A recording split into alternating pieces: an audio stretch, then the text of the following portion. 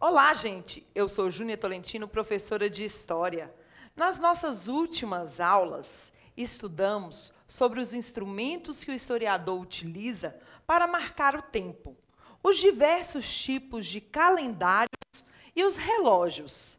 Na aula de hoje, vamos conhecer as principais unidades de medida utilizadas pelo historiador para marcar e registrar o tempo. E aí, vamos lá? Existem várias unidades de medida de tempo, como os dias, os anos e os meses. Vamos ver algumas. Um segundo.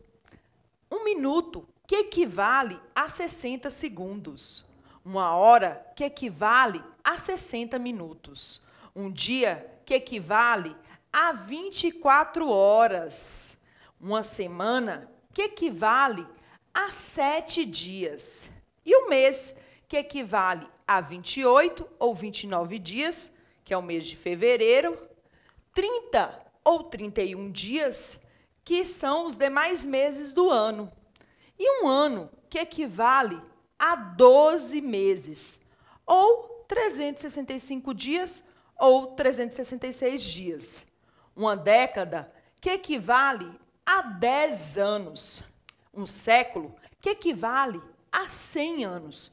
E um milênio, que equivale a 1000 anos. Entre as principais unidades de medidas utilizadas pelo historiador estão os anos, as décadas, os séculos e os milênios. O uso de cada unidade de medida do tempo depende da duração de cada tipo de acontecimento registrado pelo historiador. Os historiadores, eles necessitam de dividir o tempo em unidades para facilitar o seu trabalho. Uma dessas formas é o século, gente. O historiador, ele utiliza principalmente o século como unidade de medida do tempo. Observe só a divisão dos séculos. Prestem atenção. O século, ele tem a duração de 100 anos. Quando nos referimos ao século I, estamos focando nos acontecimentos ocorridos entre o ano 1 e o ano 100. O século II, ele foca nos acontecimentos ocorridos entre o ano de 101 a 200. O século III compreende os fatos ocorridos entre o ano 201 e o ano 300, e assim sucessivamente. Vivemos hoje, então, no século XXI, que corresponde aos fatos ocorridos no período que teve início no ano de 2001 e vai se prolongar até o ano de 2100. Como podemos ver, os séculos, eles são sempre registrados em algarismos romanos. Se liga nisso aí, viu? Sempre em algarismos romanos. Observe agora essa tabelinha aqui do meu lado, que contém os números que nós utilizamos no nosso dia a dia, e são chamados de algarismos arábicos, e os seus correspondentes em algarismos romanos, que são os séculos como nós registramos. Confira aqui. Se for necessário, dê uma pausa no vídeo e confira os séculos. Agora nós vamos ver a linha do tempo. No Ocidente, onde predominou a religião cristã, a história foi ensinada como uma disciplina que possuía começo, meio e fim. O começo seria o nascimento de Cristo. O meio seria a história atual e o fim, o momento que Cristo voltasse à Terra. Aí os historiadores utilizam as siglas AC e DC, aqui do meu lado, que significam, respectivamente, antes de Cristo e depois de Cristo, pois o calendário que utilizamos é o calendário cristão e tem como divisão o ano de nascimento de Jesus Cristo. Deste modo, as linhas do tempo foram se popularizando no mundo ocidental. E para concluir o nosso estudo, o estudo do tempo e a história, vamos ver agora como os historiadores organizaram a história para melhor estudá-la e compreendê-la. Os historiadores, eles fizeram uma divisão da história. A atual divisão da história vem do cientificismo e do iluminismo do século XVIII e do positivismo do século XIX. Vale destacar que essa periodização tem uma visão eurocêntrica e que os acontecimentos que marcam a divisão de cada período estão totalmente ligados à história europeia. Tanto que a gente fala que ela se chama a periodização tradicional da história, e ela está dividida em pré-história.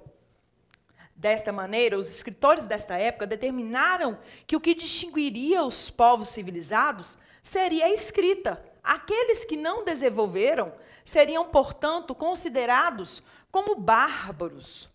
Os povos que viveram antes do surgimento da escrita são referidos nos livros, principalmente os livros didáticos, como os povos pré-históricos, não fazendo parte dos 4 grandes períodos da história da humanidade. Tanto que esse período é chamado de pré-história. E a pré-história, ela é estudada e subdividida em 2 grandes períodos. A Idade da Pedra, que está compreendido entre o aparecimento dos primeiros homens na face da Terra, mais ou menos 10.000 a.C., e ela é subdividida em Idade da Pedra Lascada e Idade da Pedra Polida. E tem também a Idade dos Metais, que são quando os homens iniciaram a fabricação dos objetos com metal. Dura mais ou menos de 5.000 a.C. até o surgimento da escrita, por volta de 4.000 a.C. Vale ressaltar que alguns povos ainda se encontram nessa fase, viu? Que isso é uma visão eurocêntrica, ressaltando novamente para vocês. Aí agora nós vamos iniciar os 4 grandes períodos que é subdividida a história, que são a Idade Antiga, a Idade Média, a Idade Moderna e a Idade Contemporânea. A Idade Antiga, ou Antiguidade, é contada desde o surgimento da escrita, mais ou menos 4.000 a.C., até a queda do Império Romano do Ocidente, no ano de 476, século V. Esse período é dividido também a partir da localização geográfica dos povos. Deste modo, temos a Antiguidade Oriental, que inclui até a civilização egípcia, mesopotâmica, os fenícios, os hebreus e os persas, e a Antiguidade Ocidental, ou clássica, que envolve os gregos e os romanos. Aí vem a Idade Média. A Idade Média é um período de aproximadamente 1.000 anos e começa com a queda do Império Romano em 476 e vai até a tomada de Constantinopla pelos turcos otomanos em 1453, século XV.